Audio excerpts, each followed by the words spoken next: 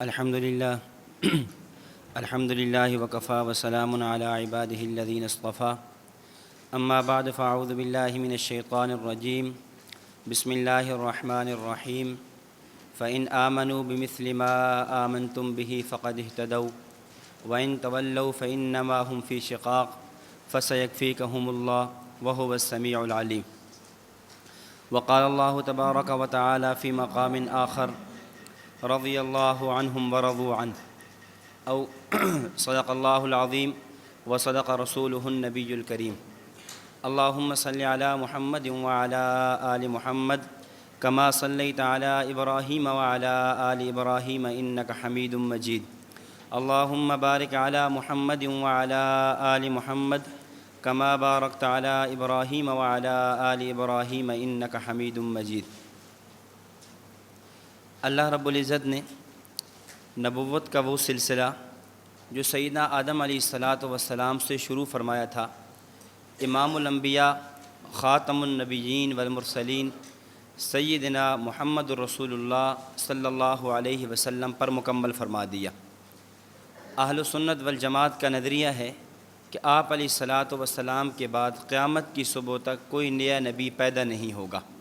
حضرت عیسیٰ علیہ السلام تشریف لائیں گے، لیکن ایسا نبی جو نیا ہو اور جس سے نبوت کے صف میں اضافہ ہو جائے، ایسے کسی نبی کی آمد نہیں ہوگی۔ اب سوال یہ ہے کہ جب آپ کے بعد قیامت تک امت نے تو رہنا ہے اور نبی تو آنا نہیں ہے، تو اس امت کی رہنمائی کون کرے گا؟ اس امت کو سنبھالے گا کون؟ اس امت کو راہ راست پر لانے والا طبقہ کون سا ہوگا؟ تو کتب احادیث میں غور کریں تو یہ ملتا ہے کہ 4 طرح کے طبقات ہوں گے جو اس امت کی رہنمائی فرمائیں گے۔ سب سے پہلا طبقہ جو امت کے لیے رہنما ہوگا اسے کہتے ہیں خلفائے راشدین رضوان اللہ علیہم اجمعین۔ نمبر 2 صحابہ کرام رضوان اللہ علیہم اجمعین، اور نمبر 3 فقہائے کرام، اور نمبر 4 علماء کرام۔ یہ 4 طبقات ایسے ہیں جو امت کی رہنمائی کریں گے۔ پہلا طبقہ خلفائے راشدین کا، دلیل ابو داود کی روایت، نبی علیہ السلام نے فرمایا علیکم بسنتی و سنت الخلفاء الراشدین المہدیین۔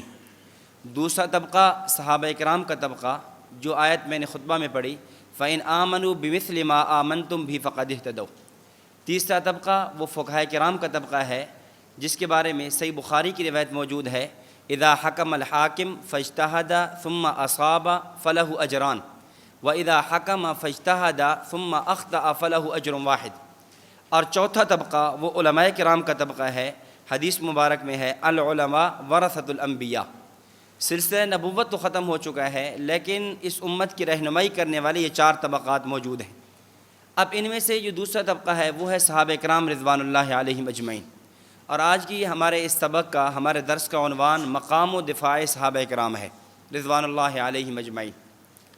اور یہ ایک فطرتی بات ہے اور ایک اصولی بات ہے کہ جو آدمی جتنا بڑا ہو، جس آدمی کا مقام، مرتبہ اور منصب جتنا بڑا ہو، اس پہ اتنے ہی زیادہ اعتراضات ہوتے ہیں اور اس کے اتنے ہی زیادہ مخالفین ہوتے ہیں۔ چونکہ صحابہ کرام رضوان اللہ علیہ مجمعین کا مقام بہت بڑا ہے، مرتبہ بہت بڑا ہے، اس لیے صحابہ کرام کے مخالفین بھی بہت زیادہ ہیں، صحابہ کرام پر اعتراضات کرنے والے بھی بہت زیادہ ہیں۔ ایک طبقہ اٹھتا ہے، وہ کہتا ہے کہ صرف نبوت کے جانے کے بعد 3 یا 4 بندے مسلمان رہے، باقی علیاذ باللہ مرتد ہو گئے تھے، وہ بالکل صحابہ کو مانتے ہی نہیں ہے۔ تو دوسرا طبقہ مودودی صاحب اٹھتے ہیں، وہ کہتے ہیں کہ جی صحابہ کرام تو تھے لیکن تنقید سے بالا تر نہیں ہے، ان سے یہ غلطیاں ہوئیں، یہ غلطیاں ہوئیں، یہ غلطیاں ہوئیں، ہم ان کو 100% نمبر نہیں دے سکتے۔ تو صحابہ کرام کے مخالفین بہت زیادہ ہوئے، اور کسی آدمی کے مخالفین کا زیادہ ہو جانا، کسی آدمی پر اعتراضات کا زیادہ ہو جانے کا مطلب قطعاً ہرگز یہ نہیں ہے اس کو چھوڑ دیا جائے یا اس کے ان اعتراضات کو دیکھ کر اس کے بارے میں بدگمانی کا شائبہ شروع کر لیا جائے، بلکہ کسی آدمی پر اعتراضات ہوں، چاہے عام ہے وہ شخصیت ہو، عام ہے وہ کتاب ہو، اس کو چھوڑا نہیں جاتا بلکہ طلع اس کے جوابات دینے کی کوشش کی جاتی ہے۔ دیکھیں سب سے بڑی ذات وہ خدا کی ذات ہے۔ اعتراضات کرنے والوں نے اللہ پہ بھی اعتراض کیے، پھر اللہ کی کتاب قرآن مجید معترضین نے اس پہ بھی اعتراضات کیے۔ ایک ہندو گزرا ہے دیانت سرسوتی، حضرت نانوتوی رحمۃ اللہ علیہ کے زمانے کا تھا، اس نے ستیارتھ پرکاش نامی کتاب لکھی اور اس نے قرآن کریم کی الحمد کے الف سے لے کر والناس کی سین تک اعتراضات کیے ہیں، اور ایسے عجیب و غریب اعتراضات کیے کہ اگر میں ایک اعتراض ان میں سے آپ کے سامنے ذکر کر دوں تو شاید اکثر کے لیے اس کا جواب دینا مشکل ہو جائے، ایسے عقلی اعتراضات کیے ہیں۔ مثلا اس نے قرآن کریم پہ ایک اعتراض اٹھایا، حضرت نانوتوی رحمہ اللہ کو کہنے لگا کہ قرآن کریم میں ہے ان اللہ علی کل شیء قدیر، اللہ تعالیٰ ہر چیز پر قادر ہے۔ الیاذ باللہ میرا سوال یہ ہے، کیا اللہ تعالیٰ چوری کرنے پر قادر ہے؟ کیا زنا کرنے پر قادر ہے؟ اگر تو کہتے ہو قادر ہے، اگر تو کہتے ہو قادر ہے تو پھر الیاذ باللہ اللہ کی طرف نسبت زنا اور چوری کی لازم آتی ہے، اور اگر کہتے ہو قادر نہیں ہے تو پھر ان اللہ علی کل شیء قدیر یہ آیت غلط ہو جاتی ہے۔ اشکال سمجھ آیا؟ تو حضرت نانوتوی رحمہ اللہ نے جواب دیا، فرمایا کہ ان اللہ علی کل شیء قدیر آیت صحیح ہے، اللہ تعالیٰ ہر چیز پر قادر ہے، باقی رہا چوری کرنا، تجھے اگر چوری کی تعریف سمجھ آ گئی ہوتی تو اللہ پر اعتراض نہ کرتا۔ چوری کیسے کہتے ہیں؟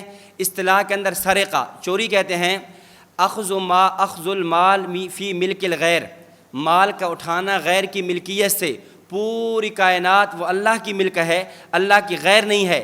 جب کائنات میں اللہ کی غیر کی ملکیت ہے ہی نہیں تو چوری کیسے ثابت ہوگی؟ باقی رہا دوسرا اعتراض زنا کرنا، فرمایا زنا کسے کہتے ہیں؟ زنا وہ کرتا ہے جس کا جسم ہو۔ اللہ تعالیٰ کے بارے میں اہل سنت کا نظریہ کیا ہے؟ جو علامہ ابن جوزی نے دفع و شبہ تشبیہ میں لکھا، اللہ لیس بجسم ولا جوہر ولا عرض ولا طویل ولا یحویہ جہۃ من جہات الستہ، اللہ وہ ذات ہے جو جسم نہیں ہے، جو جوہر نہیں ہے، جو عرض نہیں ہے، جو طویل نہیں ہے، جو مکانات میں سے کسی مکان پر محیط نہیں ہے۔ جب اللہ کا جسم ہی نہیں اور زنا کے لیے جسم ضروری تھا تو اللہ کے لیے زنا کیسے ثابت ہو سکتا ہے؟ تو اعتراضات کرنے والوں نے خدا کو بھی نہیں چھوڑا، اعتراضات کرنے والوں نے مصطفیٰ کو بھی نہیں چھوڑا۔ اللہ کے نبی صلی اللہ علیہ وسلم پہ کتنے لوگوں نے اعتراضات کیے، آپ کی احادیث طیبہ پہ کتنے اعتراضات ہوئے۔ غلام برق جیلانی اٹھا، اس نے احادیث پہ اعتراضات کیے۔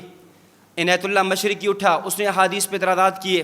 عبداللہ چکڑالوی اٹھا، غلام پرویز اٹھا، احادیث پہ تو اعتراضات ہوئے ہیں۔ اسی طرح صحابہ کرام رضوان اللہ علیہم اجمعین کی مقدس شخصیات، ان پہ بھی اعتراضات کرنے والوں نے اعتراضات کیے۔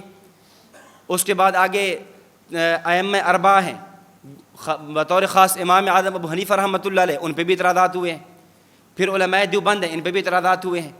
تو کسی پر اعتراض کا ہو جانا نہ اس بات کی دلیل ہے کہ وہ غلط تھا، اور نہ یہ بات ہے کہ اس اعتراض کی بنیاد پر ہم چھوڑ دیں۔ قرآن پہ اعتراض ہو ہم جواب تلاش کرتے ہیں، حدیث پہ اعتراض ہو جواب تلاش کرتے ہیں۔ اسی طرح صحابی پہ بھی اعتراض ہو تو جواب تلاش کرنا چاہیے، نہ یہ کہ صحابی سے بدظن ہو جائے یا صحابی سے بدگمان ہو جائے یا صحابہ کرام کے بارے میں شکوک و شبہات میں مبتلا ہو جائے۔ تو صحابہ کرام رضوان اللہ علیہم اجمعین کے حوالے سے آج کی اس درس کے اندر انتہائی اختصار کے ساتھ آپ 5 باتیں سمجھیں۔ فائل بہت لمبی ہے، بہت تفصیلی فائل ہے، اس کو اگر تفصیل سے پڑھے جائیں تو 10 دن بھی ناکافی ہو جائیں۔ بس صرف جو ہے چونکہ ہمارے اس دورے کا خاص مقصد یہی ہوتا ہے کہ ہر عنوان پر تھوڑی تھوڑی گفتگو ہو جائے تاکہ آدمی کو اصولی گفتگو آ جائے، اس پر آگے آدمی کسی کو بات کرنا چاہے سمجھ سکے، فائل پاس آ جاتی ہے، بندہ خود مطالعہ کرنا چاہے تو مطالعہ کر سکے۔ تو صحابہ کرام رضوان اللہ علیہم اجمعین کے حوالے سے آپ نے 5 باتیں سمجھنی ہیں۔ نمبر 1 صحابی کی تعریف، نمبر 1 صحابی کی تعریف۔ نمبر 2 صحابہ کرام رضوان اللہ علیہم اجمعین معیار حق ہیں۔ نمبر 3 صحابہ کرام تنقید سے بالا تر ہیں۔ نمبر 4 صحابہ کرام رضوان اللہ علیہم اجمعین محفوظ ہیں۔ نمبر 5 نبی نمائندہ خدا ہے تو صحابی نمائندہ مصطفیٰ ہے۔ یہ 5 باتیں۔ نمبر 1 صحابی کی تعریف، نمبر 2 صحابہ کرام معیار حق، نمبر 3 صحابہ کرام تنقید سے بالا تر، نمبر 4 صحابہ کرام محفوظ، اور نمبر 5 نبی نمائندہ خدا تو صحابی نمائندہ مصطفیٰ ہے۔ باقی جو فضائل ہیں صحابہ کرام کے بارے میں فضائل، وہ فائل کے اندر بھی تقریباً پہلے 7 صفحات پر فضائل لکھے ہوئے ہیں، قرآن و سنت میں بھی فضائل وارد ہوئے ہیں، اور آپ میں سے اکثر چونکہ اہل علم ہیں، علماء ہیں، طلباء ہیں، آپ مختلف کتب احادیث میں، قرآن کریم میں، اسلاف کی کتب کے اندر صحابہ کرام کے فضائل و مناقب سنتے ہیں، اس پر گفتگو کرنے کی ضرورت نہیں ہے۔ البتہ صحابہ کرام کے فضائل کے حوالے سے یا صحابہ کرام کے بنیادی طور پر 2-3 باتیں میں عرض کر دیتا ہوں، ان کو سمجھ لیں۔ پہلی بات تو یہ ہے کہ قرآن کریم کی جو ابتدا ہو رہی ہے وہ دفاع صحابہ سے ہو رہی ہے۔ یہ شاید ایسی بات ہے جو پہلے جس کی طرف آپ کا ذہن نہ گیا ہو، اس لیے میں عرض کر رہا ہوں۔ قرآن کریم کی ابتدا وہ دفاع صحابہ سے ہے۔ وہ کیسے؟ اللہ تعالیٰ فرماتے ہیں الف لام میم ذالک الکتاب لا ریب فیہ، یہ ایسی کتاب ہے جس میں شک نہیں۔ آپ علماء طلباء ہیں، سمجھتے ہیں کہ اس میں اشارہ دو طرح کا ہوتا ہے، ایک اس میں اشارہ قریب کے لیے، ایک اس میں اشارہ بعید کے لیے۔ اگر قریب کے لیے ہو تو ھذا کہتے ہیں، اگر دور کے لیے بعید کے لیے ہو تو کیا کہتے ہیں؟ ذالک۔ یہاں قرآن نے کہا ذالک الکتاب، کیا کہا؟ ذالک الکتاب، کہ وہ کتاب اس میں شک نہیں، حالانکہ یہاں پر کیا ہونا چاہیے تھا؟ ھذا، کیونکہ کتاب تو سامنے موجود ہے، کتاب تو بعید نہیں ہے، کتاب تو دور نہیں ہے، کتاب تو سامنے رکھی ہوئی جو ہم پڑھ رہے ہیں۔ پھر قرآن نے ذالک کیوں کہا، ذالک کیوں کہا ہے اور ھذا کیوں چھوڑا ہے؟ اس کی وجہ کیا ہے؟ اس کی وجہ یہ ہے کہ اللہ رب العزت نے ھذا الکتاب کے بجائے ذالک الکتاب کہا ہے۔ اس کی وجہ کیا ہے؟ وجہ یہ ہے کہ قرآن کریم کے مختلف نام ہیں۔ قرآن کریم کو کلام بھی کہتے ہیں، قرآن کریم کو قرآن بھی کہتے ہیں، قرآن کریم کو کتاب بھی کہتے ہیں۔ ان تینوں میں فرق کیا ہے؟ ایک ہے کلام، ایک ہے قرآن اور ایک ہے کتاب۔ کلام کہتے ہیں جب اس قرآن کریم کا اللہ نے تکلم فرمایا، اس کا نام ہے کلام، اور جب اس کو نبی علیہ الصلاۃ والسلام، جبریل علیہ السلام نبی علیہ السلام پر لے کر آئے اور آپ علیہ الصلاۃ والسلام نے اس کو پڑھا، اس کا نام ہے قرآن۔ اور جب اس قرآن کریم کو صحابہ کرام رضوان اللہ علیہم اجمعین نے لکھا، ابوبکر صدیق، عمر، عثمان و علی رضی اللہ تعالی عنہم نے لکھایا، حضرت امیر معاویہ نے لکھا، اس کو کیا کہتے ہیں؟ کتاب۔ اب مخالف نے، معترض نے، جو قرآن کو پر اعتراض کرنے والا ہے، اس کا اعتراض کلام پر بھی نہیں تھا۔ وہ مانتا ہے کہ جو اللہ نے تکلم کیا وہ لا ریب فیہ ہے، اور جو اللہ کے نبی نے پڑھا قرآن وہ بھی لا ریب فیہ ہے۔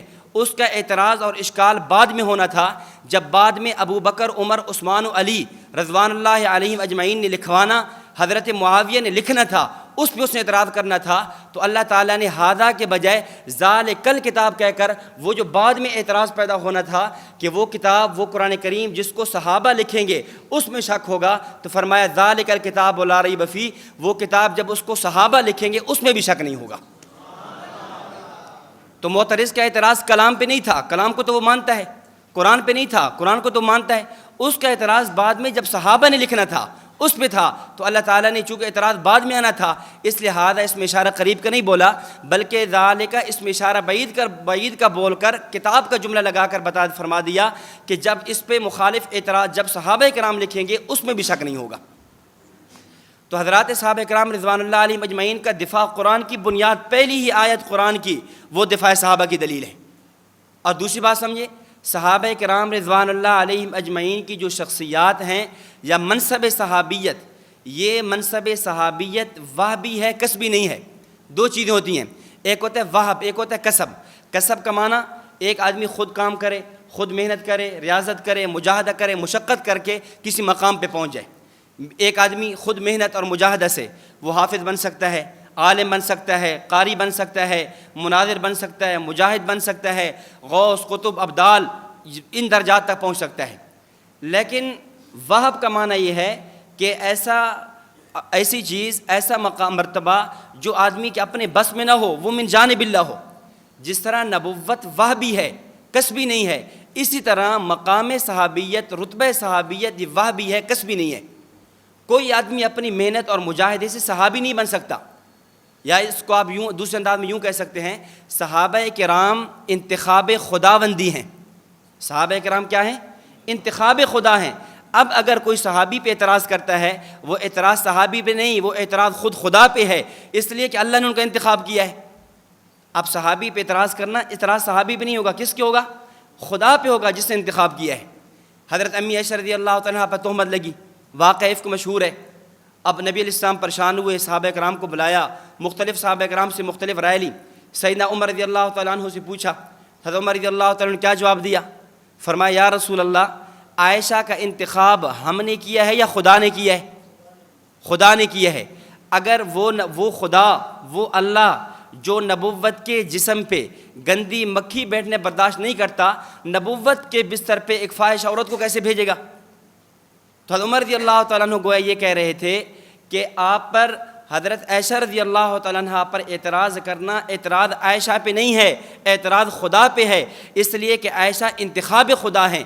اسی طرح صحابہ کرام پہ اعتراض کرنا اعتراض صحابہ پہ نہیں ہے، اعتراض خدا پہ ہے، اس لیے کہ صحابہ کرام مقام وہابیت ہے، انتخاب خداوندی ہے۔ اسی طرح صحابہ کرام پہ اعتراض کرنا مصطفیٰ اور نبوت پہ اعتراض کرنا ہے۔ کیوں؟ اس کا مثال یوں سمجھیں، ایک استاد ہے، ایک مدرس ہے، اس کی کلاس میں 1,44,000 کم و بیش طلباء ہیں۔ اب وہ ان طلباء پہ 23 سال تک محنت کرتا ہے، ان کو پڑھاتا ہے، محنت کرتا ہے، ریاضت کرتا ہے، ان کو سمجھاتا ہے، ان کی تربیت کرتا ہے۔ جب امتحان آتا ہے، اس امتحان میں صرف 3 طالب علم کامیاب ہو جاتے ہیں اور باقی 1,23,997 فیل ہو جاتے ہیں، تو بتاؤ یہ ناکامی طلباء کی ناکامی سمجھی جاتی ہے یا یہ ناکامی اس استاد کی ناکامی سمجھی جاتی ہے؟ اس استاد کی ناکامی سمجھی جاتی ہے۔ جو لوگ صحابہ کرام پہ اعتراض کرتے ہیں اور یہ کہتے ہیں نبوت کے چلے جانے کے بعد صرف 3 بچ گئے تھے، باقی علیاذ باللہ مرتد ہو گئے تھے، وہ اعتراض صحابہ پہ نہیں کر رہے، وہ اعتراض مصطفیٰ پہ کر رہے ہیں۔ گویا ان کا نظریہ یہ ہے نبی علیہ الصلوۃ والسلام اپنے مشن میں، اپنے منصب رسالت میں ناکام ہو چکے ہیں۔ اور اس کے ساتھ ہی چوتھی بات، اگر صحابہ کرام رضوان اللہ علیہم اجمعین پہ تنقید کی جائے، صحابہ کرام کے بارے میں یہ نظریہ گھڑا جائے کہ نبوت کے چلے جانے کے بعد صرف 3 بچ گئے، باقی علیاذ باللہ گمراہ ہو گئے تھے، تو گویا اس کے اندر نبوت صحابہ کو نکالنا پورے دین کو ختم کرنے کے مترادف ہے۔ کیوں؟ اس لیے قرآن ہمیں کس نے دیا؟ قرآن کریم لکھ کر کس نے دیا؟ صحابہ کرام نے۔ اگر صحابہ ختم تو قرآن ختم۔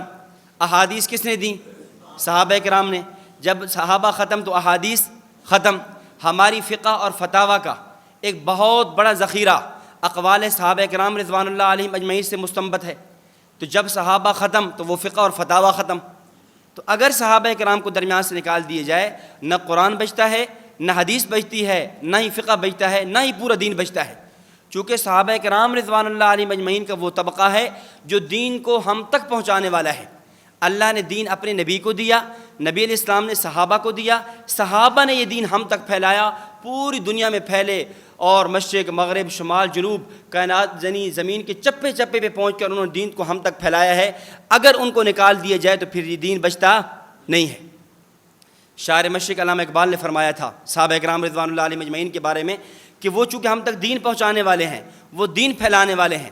فرماتے ہیں تھے ہمیں ایک تیرے مار کا آراؤں میں، تھے ہمیں ایک تیرے مار کا آراؤں میں، خشکیوں میں لڑتے کبھی دریاؤں میں، دی اذانیں یورپ کے کلیساؤں میں، کبھی افریقہ کے تپتے ہوئے صحراؤں میں، شاں جشتی نہ تھی آنکھوں میں جہانداروں کی، کلمہ پڑھتے تھے ہم چھاؤں میں تلواروں کی، ہم جو جیتے تھے تیرے جنگوں کی مصیبت کے لیے، اور مرتے تھے تیرے نام کی عظمت کے لیے، تیرے کعبے کو جبینوں سے بسایا ہم نے، تیرے قرآن کو سینوں سے لگایا ہم نے، صفحہ دہر سے باطل کو مٹایا ہم نے، نوع انسان کو غلامی سے چھڑایا ہم نے، دشت و دشت دریا بھی نہ چھوڑے ہم نے، بحر ظلمات میں دوڑا دیے گھوڑے ہم نے۔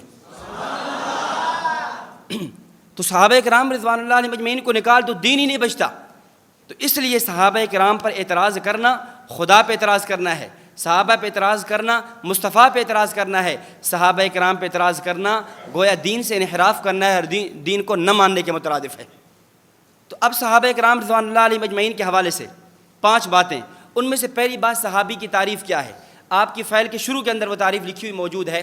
حافظ الدنیا حافظ ابن حجر عسقلانی رحمۃ اللہ علیہ، جن کی وفات 852 ہجری میں ہے، انہوں نے تعریف کی۔ وہ فرماتے ہیں کہ من لقی النبی صلی اللہ علیہ وسلم مؤمنا بہ ومات علی الاسلام۔ صحابی کسے کہتے ہیں؟ کہ لقی النبی صلی اللہ علیہ وسلم مؤمنا، جس نے نبوت سے ملاقات کی ہو ایمان کی حالت میں اور اسی پر اس کی وفات ہوئی ہو، اس کو صحابی کہتے ہیں۔ گویا عام فہم یوں سمجھیں صحابی کی تعریف میں 2 باتیں ہیں۔ نمبر 1 مومن ہو، ایمان والا ہو۔ نمبر 2 صحبت نبوت، صحبت نبوت، نبوت کی ملاقات حاصل ہو۔ تو گویا صحابی کے اندر 2 باتیں ہیں۔ پہلی بات ہے وہ کیا ہو؟ ایمان والا ہو، اور نمبر 2 نبوت کی صحبت حاصل ہو۔ جس آدمی کو یہ 2 چیزیں حاصل ہیں وہ صحابی ہے۔ اب صحابی کی تعریف کے اندر ان 2 کے علاوہ کوئی اور چیز ہے ہی نہیں۔ اب جو لوگ صحابہ کرام پر اعتراضات کرتے ہیں وہ بنیاد اعمال کو بناتے ہیں کہ فلاں صحابی سے فلاں غلطی ہوئی، فلاں گناہ ہوا، فلاں خطا ہوئی. جی حضرت فاطمہ مخزومیہ رضی اللہ تعالیٰ عنہ سے چوری ہو گئی تھی، حضرت ماعد اسلمی رضی اللہ تعالیٰ عنہ سے زنا ہو گیا تھا، حضرت حمنہ، حضرت حسان، حضرت مستہ رضی اللہ تعالیٰ عنہم انہوں نے حضرت عائشہ رضی اللہ تعالیٰ عنہ کی تہمت کے اندر مبتلا ہو گئے تھے. اب یہ جو جتنے بھی اعتراضات کیے ہیں، ان اعتراضات کی بنیاد ایمان ہے یا عمل ہے؟ عمل ہے. اور ہم نے صحابی کو صحابی عمل کی وجہ سے مانا ہی نہیں ہے، ہم نے صحابی کی تعریف کی ہے ایمان اور صحبت نبوت ہو. جب ایک ایمان بھی حاصل ہے، نبوت کی صحبت بھی حاصل ہے، اس کے باوجود اگر کوئی اس طرح کی باتیں کرے تو صحابیت کی تعریف سے تو نہیں نکلتے. حضرت علامہ خالد محمود صاحب رحمہ اللہ کے پاس ایک آدمی آیا اور کہا کہ حضرت فلاں صحابی سے نہ فلاں کبیرہ گناہ ہوا. آپ نے فرمایا وہ صحابی تھے. اس نے کہا اس فلاں سے فلاں گناہ ہوا.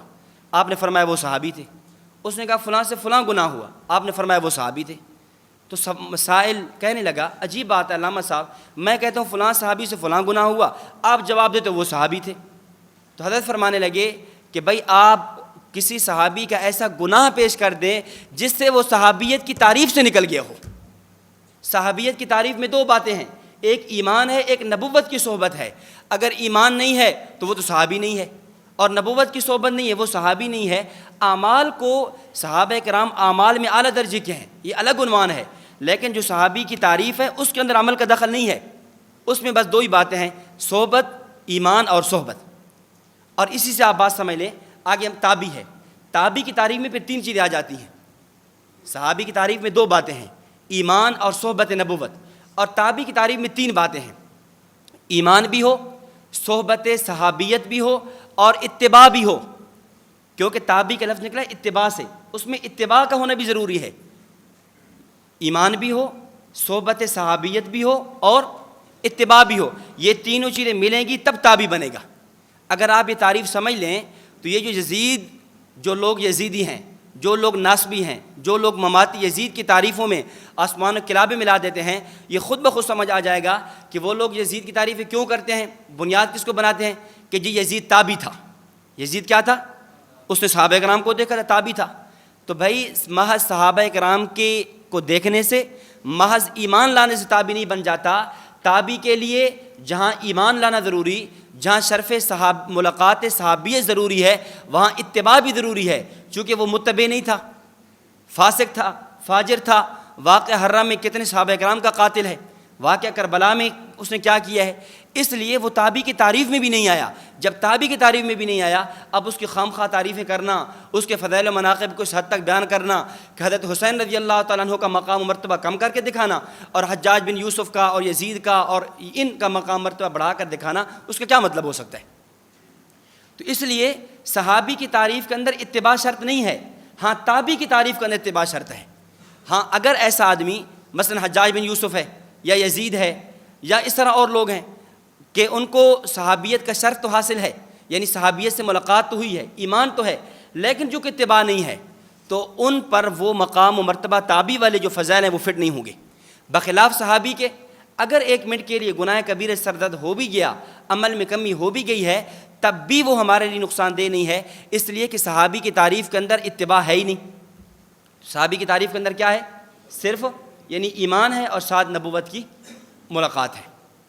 دوسری بات کیا ہے کہ صحابہ کرام رضوان اللہ علیہم اجمعین معیار حق ہیں. صحابہ کرام کیا ہیں؟ معیار حق ہیں. معیار حق جو اسلام کی جو بنیاد ہے وہ دو چیزیں ہیں. بنیاد اسلام دو چیزیں ہیں، نمبر ایک عقائد، نمبر دو اعمال. بنیادی طور پہ نمبر ایک عقیدہ، نمبر دو عمل. تو قرآن کریم نے ان دونوں میں صحابہ کرام کو بنیاد قرار دیا ہے. ان دونوں میں صحابہ کرام رضوان اللہ علیہم اجمعین کو معیار قرار دیا ہے، عقائد میں بھی اور اعمال میں بھی. عقائد میں کیسے؟ پہلے پارے کے اندر سورۃ البقرہ فَإِنْ آمَنُوا بِمِثْلِ مَا آمَنْتُمْ بِهِ فَقَدْ اهْتَدَوْا. ایمان ایسے لو جیسے صحابہ کرام ایمان لائے تو تم کامیاب ہو جاؤ گے. تو اب ایمان لانے میں عقیدے کے اندر معیار کس کو قرار دیا؟ صحابہ کرام کو. تو معلوم یہ ہوا عقائد کے اندر بھی معیار کون ہے؟ صحابہ کرام ہیں. اور دوسری چیز عمل ہے، عمل میں بھی معیار صحابہ کرام ہیں. دلیل سورۃ التوبہ 11واں پارہ، فرمایا والسابقون الاولون من المہاجرین والانصار والذین اتبعوہم باحسان رضی اللہ عنہم ورضوا عنہ والسابقون الاولون من المہاجرین والانصار. اللہ تعالیٰ نے دو طبقوں کو ذکر کیا، مہاجرین اور انصار، یہ دو طبقے. اور پھر اس کے بعد اتبعوہم باحسان، جنہوں نے ان مہاجرین صحابہ اور انصار صحابہ کی اتباع کی، رضی اللہ عنہم ورضوا عنہ، اللہ ان سے راضی، وہ اللہ سے راضی. اور اتبعوہم کا لفظ کس سے نکلا ہے؟ اتباع سے، اور اتباع عمل میں ہوا کرتی ہے. تو اس آیت سے معلوم ہوا صحابہ کرام جس طرح عقیدے میں معیار ہیں، اسی طرح عمل میں بھی معیار ہیں. تو صحابہ کرام رضوان اللہ علیہم اجمعین کیا ہیں؟ معیار حق ہیں، عقیدے میں بھی اور عمل میں بھی. عقیدہ بھی وہی معتبر ہوگا جو صحابہ کرام کا تھا، اور عمل بھی وہی معتبر ہوگا جو صحابہ کرام رضوان اللہ علیہم اجمعین کا تھا. البتہ اس پہ ایک اشکال سمجھیں کہ فَإِنْ آمَنُوا بِمِثْلِ مَا آمَنْتُمْ بِهِ، آیت یہ کہہ رہی ہے ایمان ایسے لو جیسے صحابہ ایمان لائے. لفظ مثل ہے، فَإِنْ آمَنُوا بِمِثْلِ، ایمان ایسا ہو جیسا کہ صحابہ کرام کا تھا. تو صحابہ کرام جیسا ایمان لانا یہ تو ہمارے بس کی بات نہیں ہے. ظاہر جو مثلیت، جو کیفیت صحابہ کرام کے ایمان کی تھی وہ تو ہماری نہیں ہو سکتی. ان کو تو نبوت کا شرف حاصل تھا، ان کو تو نبوت کی ملاقات اور صحبت حاصل تھی. تو اس جیسا ایمان تو ہم لا نہیں سکتے. تو یہ تو اس کو آپ علماء کے انداز میں یہ کیا کہہ دیں کہ تکلیف ما لا یطاق ہے، کہ قرآن کریم نے ایسے بات کے کرنے کا حکم دے دیا جو بندے کے بس میں نہیں ہے، جو بندے کی طاقت اور قدرت میں نہیں ہے، کہ ایسا ایمان لاؤ جیسا صحابہ ایمان لائے. تو اس کا جواب حضرت سید احمد برکاتہم فرماتے ہیں، فرمایا کہ دیکھیں فَإِنْ آمَنُوا بِمِثْلِ مَا آمَنْتُمْ، یا مثل، لفظ مثل کی دو قسمیں ہیں. ایک ہوتا ہے مثل فی الکم اور ایک ہوتا ہے مثل فی الکیف. ایک ہوتا ہے، یا یوں کہہ دو، ایک ہوتا ہے کمیت اور ایک ہوتا ہے کیفیت. کمیت کسے کہتے ہیں؟ کمیت کہتے ہیں مقدار کو. کمیت کسے کہتے ہیں؟ مقدار کو. اور کیفیت کہتے ہیں احوال کو، وہ جو خاص کیفیت ہوتی ہے. تو یہاں مثل فَإِنْ آمَنُوا بِمِثْلِ مَا آمَنْتُمْ سے مثل فی الکیف نہیں، مثل فی الکم مراد ہے کہ جن چیزوں پر صحابہ کرام ایمان لائے ان چیزوں پر تم ایمان لاؤ. باقی جیسے صحابہ کرام کی کیفیت تھی وہ مقصود نہیں ہے اس آیت میں. تو مثل سے کیا مراد ہے؟ مثل فی الکم مراد ہے کہ جن چیزوں پر جو مومن بھی، یعنی صحابہ کرام اللہ پر ایمان لائے، تم اللہ پر ایمان لاؤ. وہ نبوت پر ایمان لائے، ختم نبوت پر ایمان لائے، قیامت پہ، حشر پہ، ثواب عذاب قبر، حیات انبیاء، عصمت انبیاء، جتنے بھی مومن بھی، جو مومن بھی جو مقدار ان کی تھی وہی مقدار تمہاری ہونی چاہیے. تو یہاں فَإِنْ آمَنُوا بِمِثْلِ مَا آمَنْتُمْ سے اشکال اسی پیدا ہوا کہ ہم نے سمجھا شاید مثل سے مراد مثل فی الکیفیت ہو، کہ جو صحابہ کرام کے حال تھا وہ ہمارا ہو. ایسا تو نہیں ہو سکتا.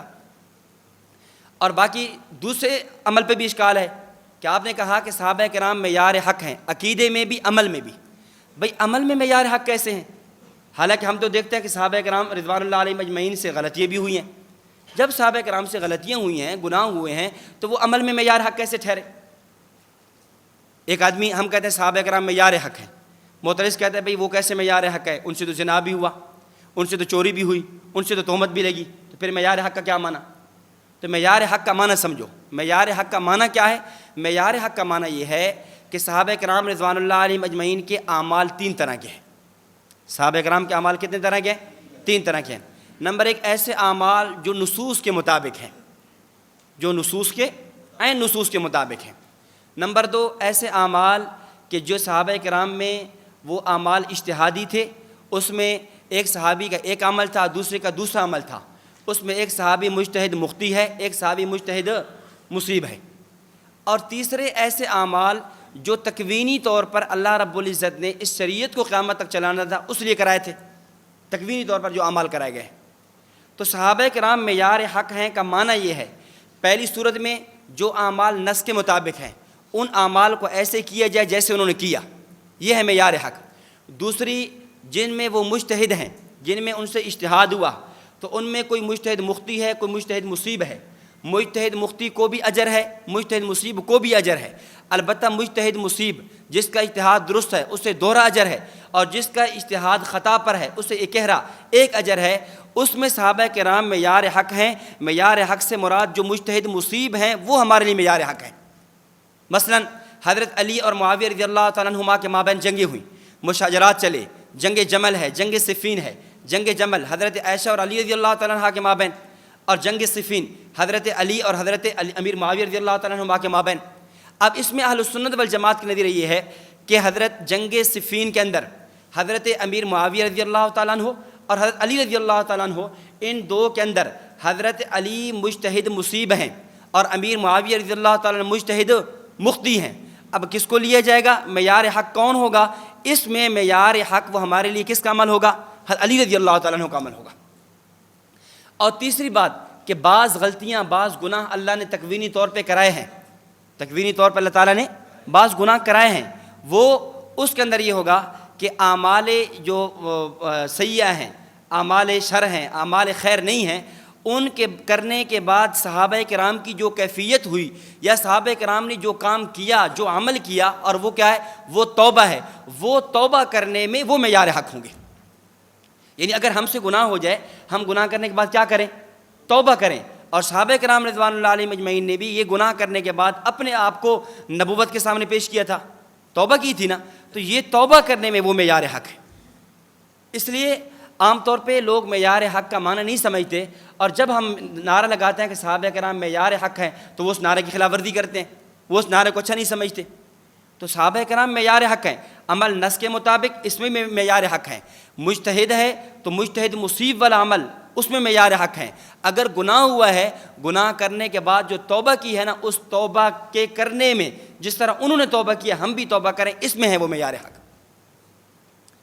اب تعجب یہ ہوتا ہے عام طور پہ کہ آپ تاریخ کی کتابیں اٹھائیں گے، عام طور پہ ہمارے لوگوں کو دھوکہ اسی سے لگتا ہے، خاص طور پہ آج جو متجددین کا طبقہ پیدا ہوا، آج سکول کالج کا طبقہ، اس کے اندر جب بھی وہ صحابہ کرام پہ کیچڑ اچھالتے ہیں، جب بھی اعتراضات کرتے ہیں، بنیاد کس کو بناتے ہیں؟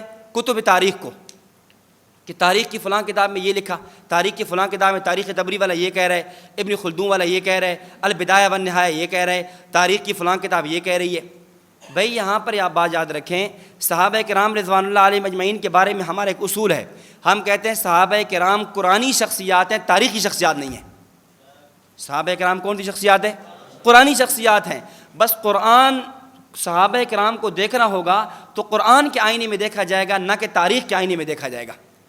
ایک بات ہے قرآن کہتا ہے رضی اللہ عنہم ورضوان، قرآن کہتا ہے کلم وعد اللہ الحسنہ، قرآن کہتا ہے اولئک حزب اللہ، قرآن کہتا ہے اولئک هم المفلحون، قرآن کہتا ہے عفی اللہ عنکم، قرآن کہتا ہے اولئک هم الراشدون، قرآن کہتا ہے اولئک الذین امتحن اللہ قلوبہم للتقوی لہم مغفرۃ واجر عظیم، اور تاریخ کہتی ہے یہ ہوا یہ ہوا۔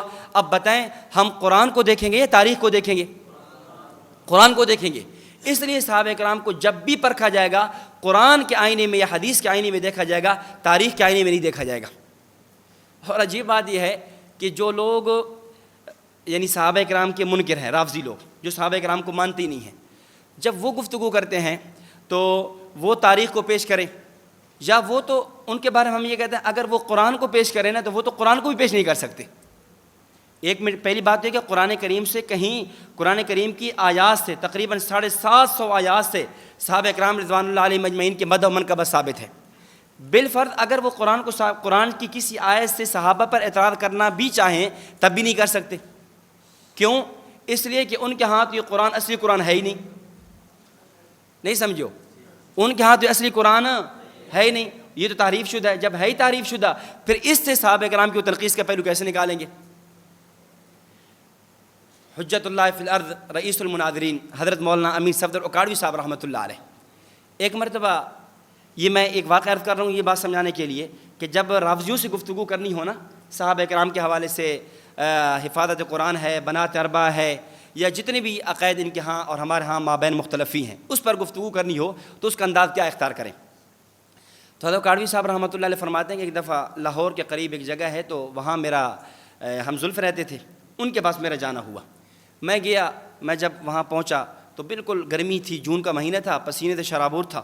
جب وہاں پہنچا تو جیسے میں کھڑا ہوا تو ایک رافضی آ گیا، تو اس نے آ کر کہا کہ میں آپ سے گفتگو کرنا چاہتا ہوں اس حوالے سے، قرآن کریم کے حوالے سے یا اس صحابہ کرام کے حوالے سے۔ حضرت نے فرمایا بھائی میں تھکا ہوا ہوں، اندر دروازہ کھولے، اندر بیٹھ جائیں گے پھر کر لیں گے۔ تو بہرحال جب اندر چلے گئے تو گفتگو شروع ہونے لگی، تو وہ آدمی کہنے لگا، یعنی حضرت کا جو ہم زلف تھا، کہتا ہے کہ یہ بندہ اس نے پورے علاقے میں شور مچایا ہوا ہے، پورے علاقے میں جو ہے نا یہ کہتا ہے ہم حق پر ہیں، سنیوں کے پاس ہمارے دلیل کے جوابات نہیں ہے، کوئی سنی باغ فدق کے حوالے سے، صحابہ کرام کے حوالے سے، تحریف قرآن کے حوالے سے مجھ سے گفتگو نہیں کر سکتا۔ تو میرے ذہن میں تھا کہ جب آپ کبھی تشریف لائیں گے نا تو میں گفتگو کروں گا، تو آج آپ ویسے بھی آ کے اس سے گفتگو کر لیں۔ حضرت فرمانے کہ ٹھیک ہے، گفتگو میں تو دیر ہی لیکن 2 منٹ لگنے ہیں، گفتگو کر لیتے ہیں۔ تو فرمایا کہ بھائی دیکھو، گفتگو اصولوں پر مبنی ہوگی۔ گفتگو کس پہ ہوگی؟ اصولوں پر مبنی ہوگی۔ میں اپنے اصول پیش کروں گا، تو اپنے اصول پیش کرے گا۔ تو نے اپنے اصولوں سے نہیں انحراف کرنا، نہیں ہٹنا، میں نے اپنے اصولوں سے نہیں ہٹنا۔ تمہارے اصول کیا ہیں؟ تمہارے اصول ہیں ثقلین۔ تمہارے اصول، روافض کے اصول کیا ہیں؟ ثقلین۔ ثقلین کسے کہتے ہیں؟ ثقلین روافض کی اصطلاح کے اندر ثقلین کہتے ہیں قرآن اور اہل بیت کو۔ قرآن اور، ویسے تو سنفرغ لکم ایھا الثقلان، یہاں پر ثقلان سے مراد جن و انس ہے، لیکن میں روافض کی جو عقائد کی اصطلاح ہے اس میں بتا رہا ہوں کہ کہتے ہیں ثقلین، کہتے ہیں کس کو؟ قرآن کو اور اہل بیت کو۔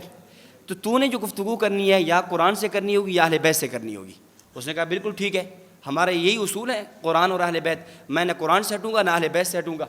حضرت نے فرمایا ہمارے اصول 4 ہیں، قرآن، حدیث، اجماع اور قیاس، ہم اس پہ کریں گے۔ اس نے کہا بالکل ٹھیک ہے۔ حضرت قاضی صاحب فرماتے ہیں کہ 1 منٹ اصولوں سے پہلے میری بات سمجھ لیں کہ آپ کا پہلا اصول ہے قرآن۔ پہلا اصول کیا ہے؟ قرآن۔ قرآن وہ تو آپ کے پاس موجود نہیں ہے، یہ جو موجود ہے قرآن ہے یہ تو ہے تعریف شدہ۔ تمہارے عقیدے کے مطابق یہ کیا ہے؟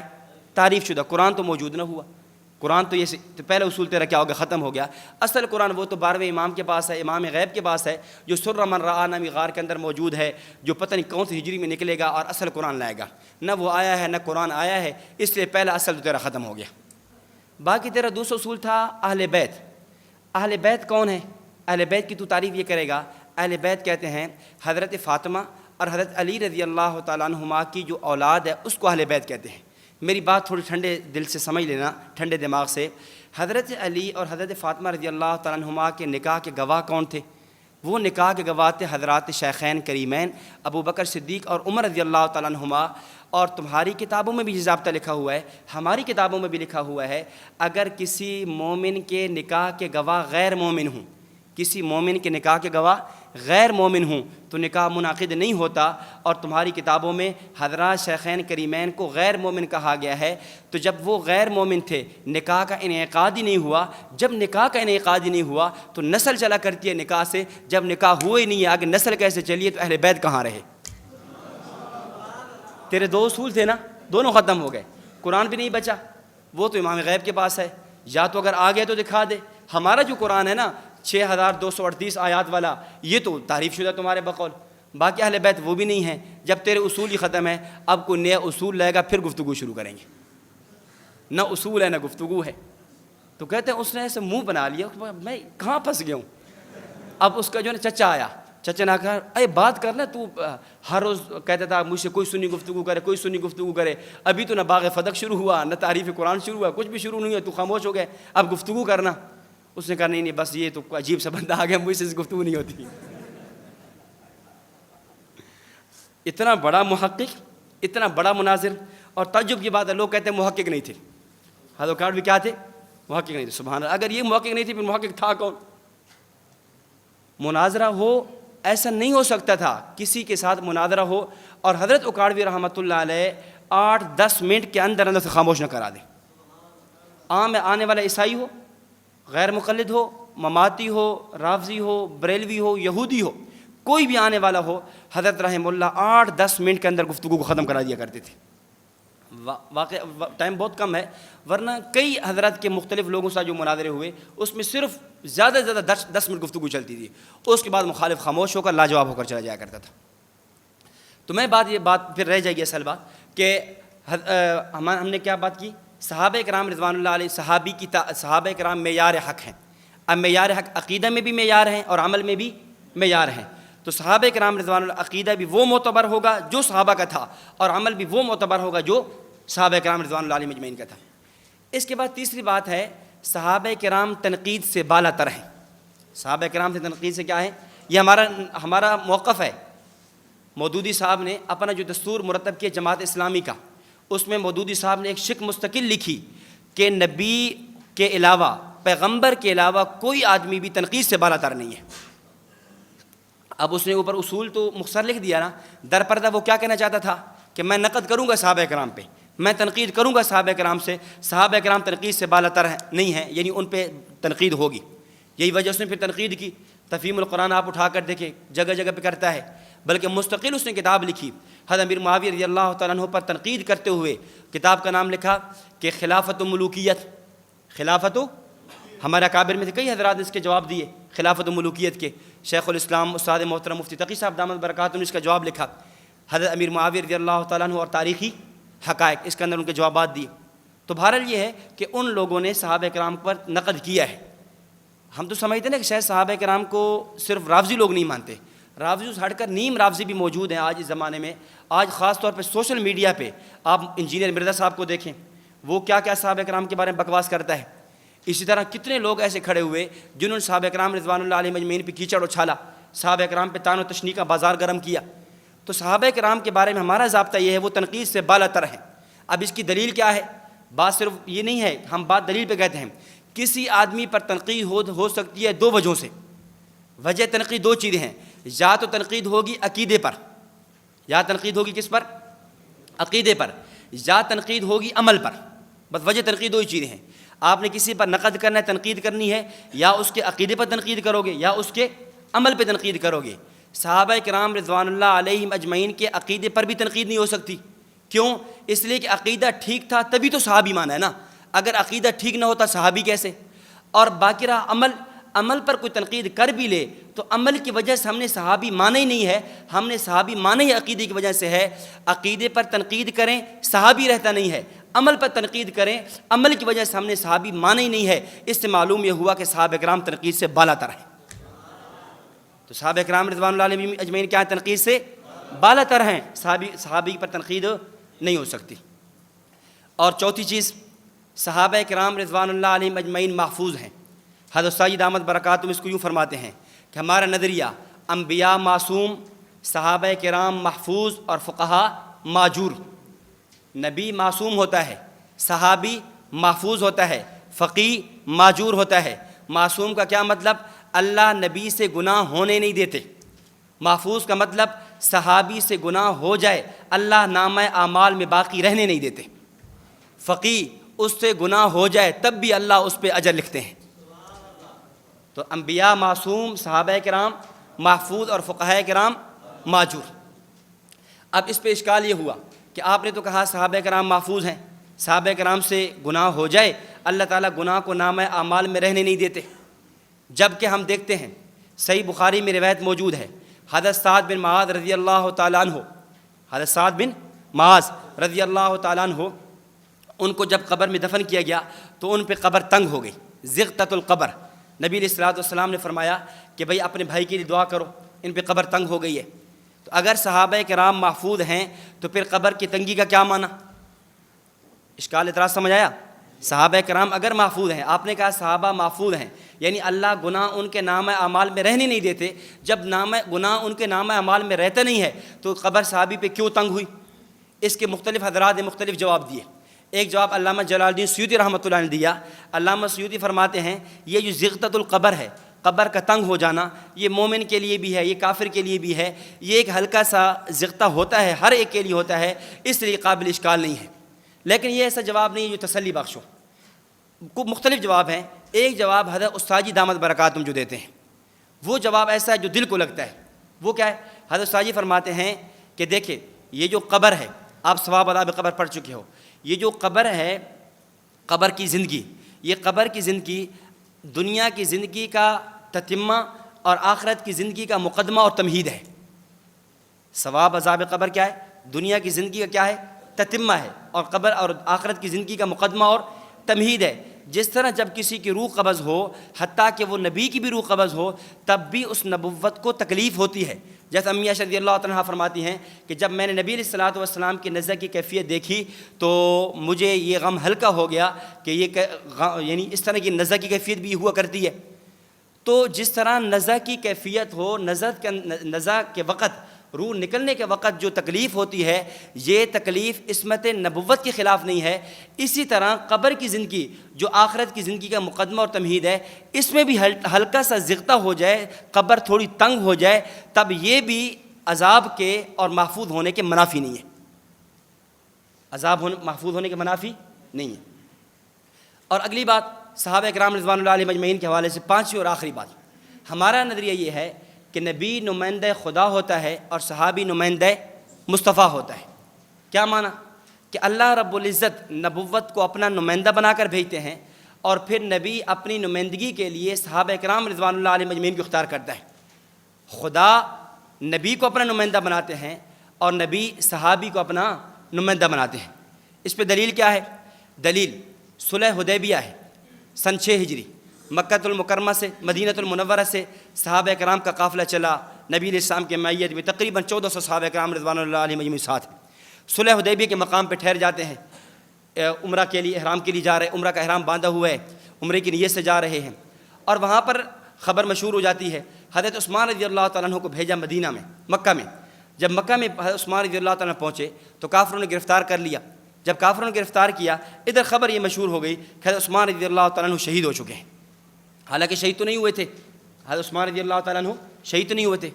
اب جو لوگ نبوت کا علم غیب مانتے ہیں، اب یہ واقعہ ان پر حرف ہے، اور یہ واقعے کا کیا جواب دیں گے؟ اگر نبی عالم الغیب ہوتا تو ادھر تو صحابہ کرام کا حضرت عثمان کی خبر مشہور ہو چکی ہے کہ وہ شہید ہو چکے ہیں، لیکن نبی علیہ الصلوۃ والسلام کیا ہیں؟ آپ حضرت عثمان کے قتل پہ بیعت کر رہے ہیں، جبکہ عثمان رضی اللہ تعالیٰ شہید نہیں ہوئے بلکہ کیا ہیں؟ زندہ ہیں۔ تو اگر نبی عالم الغیب ہے تو پھر آپ کے قتل عثمان پر بیعت لینے کا کیا معنی؟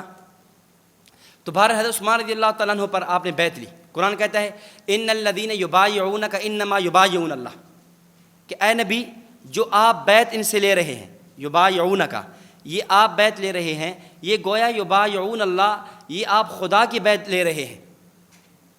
اللہ رب العزت کیا فرمایا کہ نبی آپ صحابہ کرام سے جو بیعت لے رہے ہیں یہ بیعت آپ کی نہیں ہے، بیعت خدا ہے۔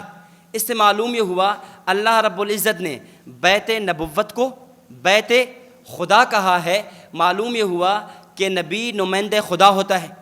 بیعت نبوت کو، بیعت مصطفیٰ کو بیعت خدا کہا ہے کہ نبی کے ہاتھ پر بیعت کرنا گویا خدا پر بیعت کرنا ہے، معلوم یہ ہوا کہ نبی نمائندہ خدا ہے۔ اسی طرح اس کے ساتھ ہی حدیث میں واقعہ موجود ہے کہ حضرت عثمان رضی اللہ تعالیٰ عنہ کا آپ علیہ الصلوۃ والسلام نے جب سب صحابہ کرام سے بیعت لے لی تو آپ نے فرمایا ہذہ ید عثمان، یہ عثمان کا ہاتھ ہے، یہ میرا ہاتھ ہے، یہ عثمان کا ہاتھ ہے، میں نے عثمان کے ہاتھ پر بھی بیعت لے لی۔ اب نبوت نے صحابی کے ہاتھ کو اپنا ہاتھ قرار دیا، ادھر قرآن نے خدا کی بیعت کو، نبوت کی بیعت کو خدا کی بیعت کہا، اور ادھر حدیث نے، فرمان مصطفیٰ نے صحابی کے ہاتھ کو اپنا ہاتھ کہا۔ تو قرآن سے یہ معلوم ہوا کہ نبی نمائندہ خدا ہے، اور فرمان حدیث سے معلوم ہوا کہ صحابی نمائندہ مصطفیٰ ہے، صحابی کی بیعت مصطفیٰ کی بیعت ہے، تو معلوم ہوا صحابی نمائندہ مصطفیٰ ہے۔ اور اسی بات کو اگر آپ مزید حدیث میں دیکھیں، جامع ترمذی میں حضرت انس رضی اللہ تعالیٰ عنہ کی روایت موجود ہے، تو فرماتے ہیں کہ ان عثمان رسول اللہ، ان عثمان رسول اللہ، حضرت عثمان رضی اللہ تعالیٰ عنہ جو تھے اللہ کے رسول تھے، یعنی اللہ کے نمائندہ تھے۔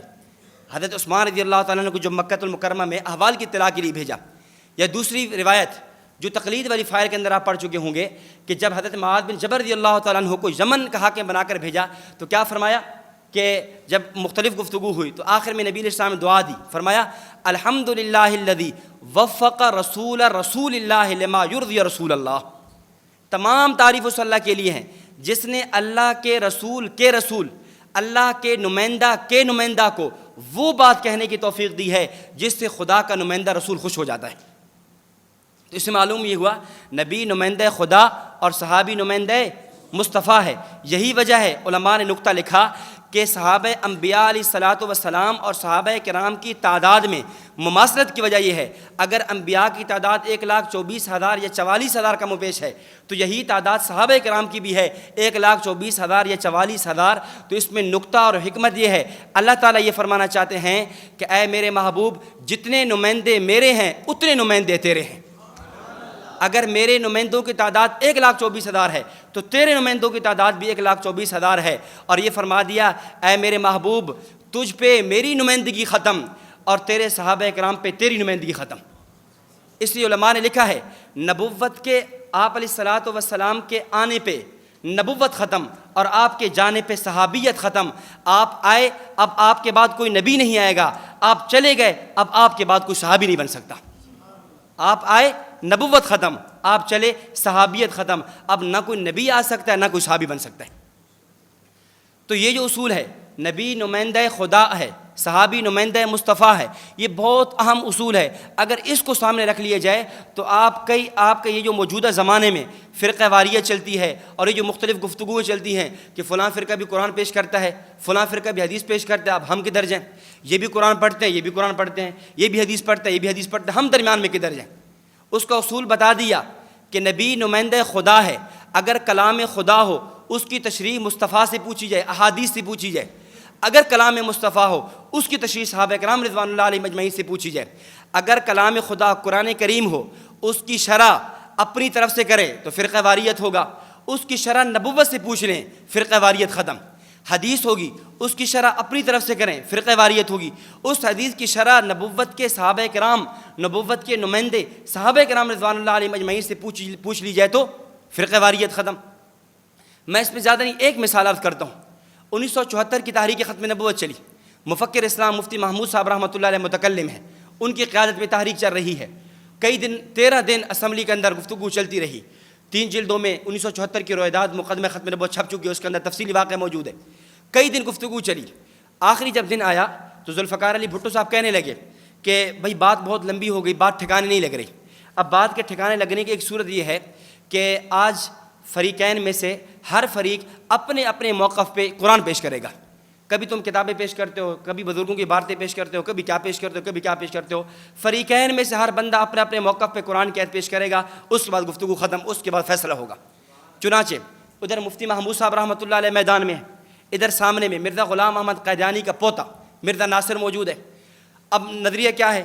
مفتی محمود صاحب رحمۃ اللہ علیہ کا عقیدہ ختم نبوت کا، مرزا ناصر کا عقیدہ اجراء نبوت کا۔ مفتی صاحب رحمہ اللہ کھڑے ہوئے قرآن کریم کی آیت ما کان محمد ابا احد من رجالکم ولکن رسول اللہ وخاتم النبیین تلاوت فرمائی اور فرمایا یہ آیت اس بات پر نص قطعی ہے، آپ آخری نبی ہیں، آپ کے بعد قیامت کی صبح تک کوئی نبی نہیں آئے گا۔ مفتی صاحب بیٹھ گئے، اب مرزا ناصر کھڑا ہوا، مرزا ناصر کو کہا گیا آپ اپنے اس دعویٰ پہ، دعویٰ اجراء نبوت پہ دلیل پیش کریں۔ اب مرزا نے دلیل کیا پڑھی؟ مرزا نے بھی یہی آیت ما کان محمد ابا احد من رجالکم ولکن رسول اللہ وخاتم النبیین پڑھی، اور اس آیت سے استدلال یوں کیا، قرآن نے کہا خاتم النبیین، خاتم کا معنی، ختم یختم کا معنی ایک مہر لگانا بھی ہوتا ہے۔ دلیل ختم اللہ علی قلوبہم، اللہ نے دلوں پر مہر لگا دی، تو یہاں خاتم النبیین کا معنی آپ نبیوں پر مہر لگانے والے ہیں۔ اس آیت کا معنی یہ ہے نبی علیہ السلام نبیوں پر مہر لگائیں گے، جس پر آپ مہر لگائیں گے وہ نبی بنتا چلا جائے گا۔ آپ نے مرزا غلام احمد قادیانی پہ مہر نبوت لگائی تھی، لہذا 13ویں صدی کے اندر وہ نبی بن کے آیا ہے۔ جب یہ پیش کی، اب جو مجمع بیٹھا ہے وہ حیران ہے، پریشان ہے، بھئی یہ کیا کہ دو آدمی ہیں، دونوں کا دعویٰ مختلف ہے، ایک کا دعویٰ ختم نبوت کا ہے، ایک کا دعویٰ اجراء نبوت کا ہے، دلیل دونوں کی ایک ہے، ایک خط ما کان محمد پڑھتا ہے، دوسرا بھی ما کان محمد پڑھتا ہے، اب ہم کدھر جائیں؟ تو مفکر اسلام مفتی محمود صاحب رحمۃ اللہ علیہ کھڑے ہوئے۔ مفتی محمود صاحب رحمۃ اللہ علیہ کو عام آدمی نہیں تھے، ہم نے تو چونکہ سیاست کے میدان میں ان کو سمجھا ہے، پڑھا ہے۔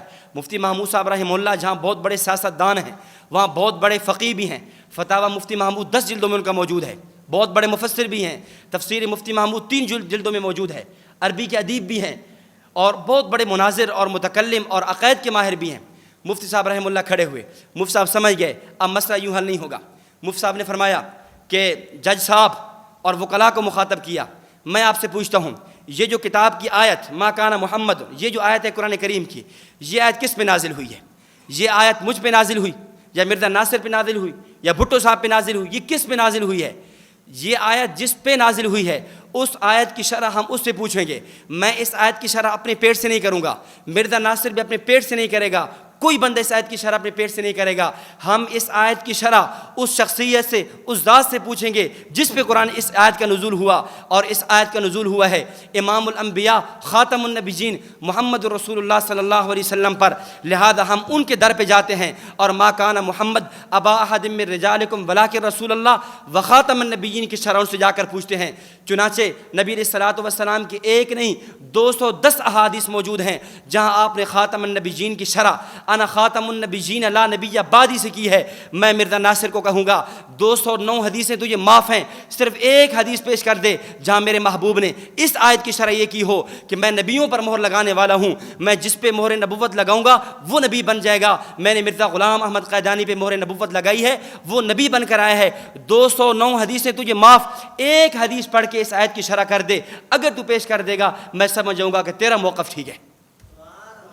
اب اس کے بعد کوئی دلیل نہیں ہے. فبہت الذی کفر، اس کے بعد کوئی دلیل نہیں ہے، کوئی جواب نہیں ہے. کیوں؟ ظاہر ہے جب قرآن کی آیت پڑھی جائے، شرح اپنی طرف سے کی جائے، تو یہ تو سارے فرق کرتے ہیں. جو لوگ صحابہ کرام کو نہیں مانتے، جو لوگ انبیاء علیہ الصلوۃ والسلام کے حیات انبیاء کے قائل نہیں ہیں، ثواب عذاب قبر کے قائل نہیں ہیں، وہ بھی کہتے ہیں ہمارے پاس 27 آیتیں ہیں، وہ بھی کہتے ہیں ہمارے پاس اتنی آیتیں ہیں.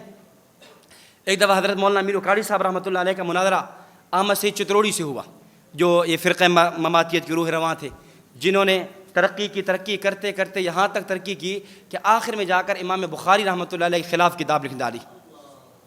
ظاہر ہے جب بندہ گمراہ ہوتا ہے، جب بندہ اسلاف کے خلاف بکتا ہے، اسلاف کے خلاف بولتا ہے، علماء دیوبند کے خلاف بولتے رہے، پھر چلتے چلتے اولیاء، فقہاء، پھر صحابہ کرام، آخری دروازہ کیا تھا؟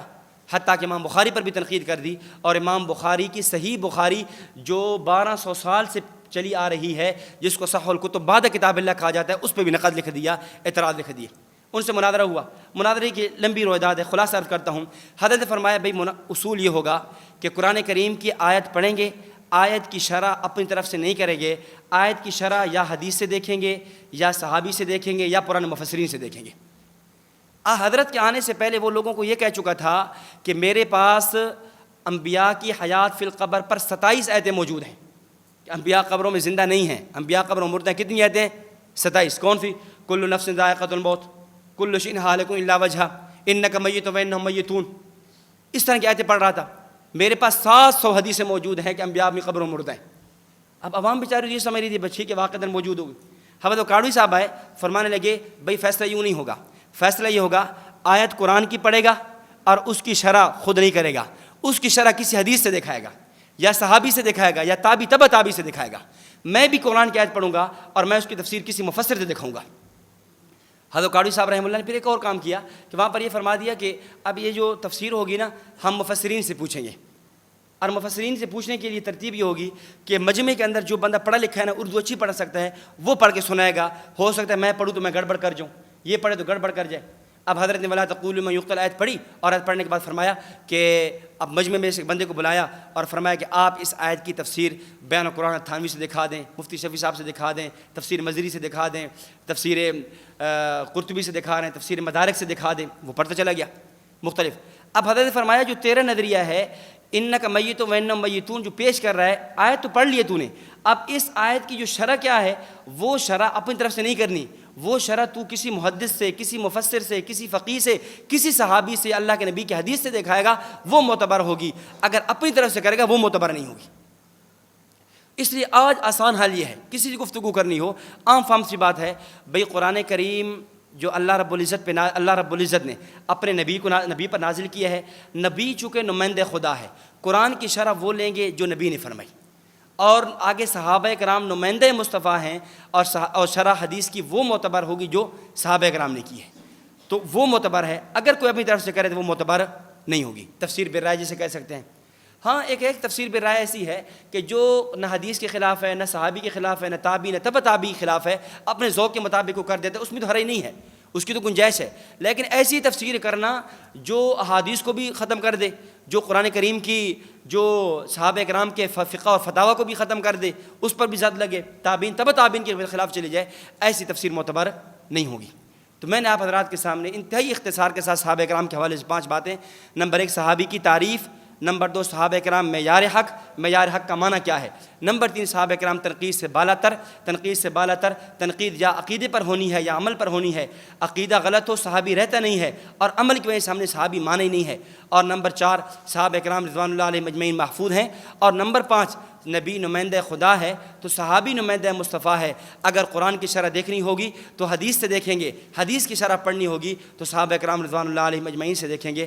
اللہ رب العزت دعا ہے کہ اللہ جل شانہ ہمیں صحابہ کرام رضوان اللہ علیہ مجمعین کے مقام و مرتبہ کو سمجھنے کی اور اس کو صحیح معنوں میں سمجھانے کی، صحابہ کرام رضوان اللہ علیہ مجمعین پر جو لوگ زبانیں دراز کرتے ہیں ان کا علمی دلیل کی دنیا میں متانت اور سنجیدگی کے ساتھ ان کا جواب دینے کی، صحابہ کرام رضوان اللہ علیہ مجمعین کا صحیح معنوں میں دفاع کرنے کی توفیق عطا فرمائے۔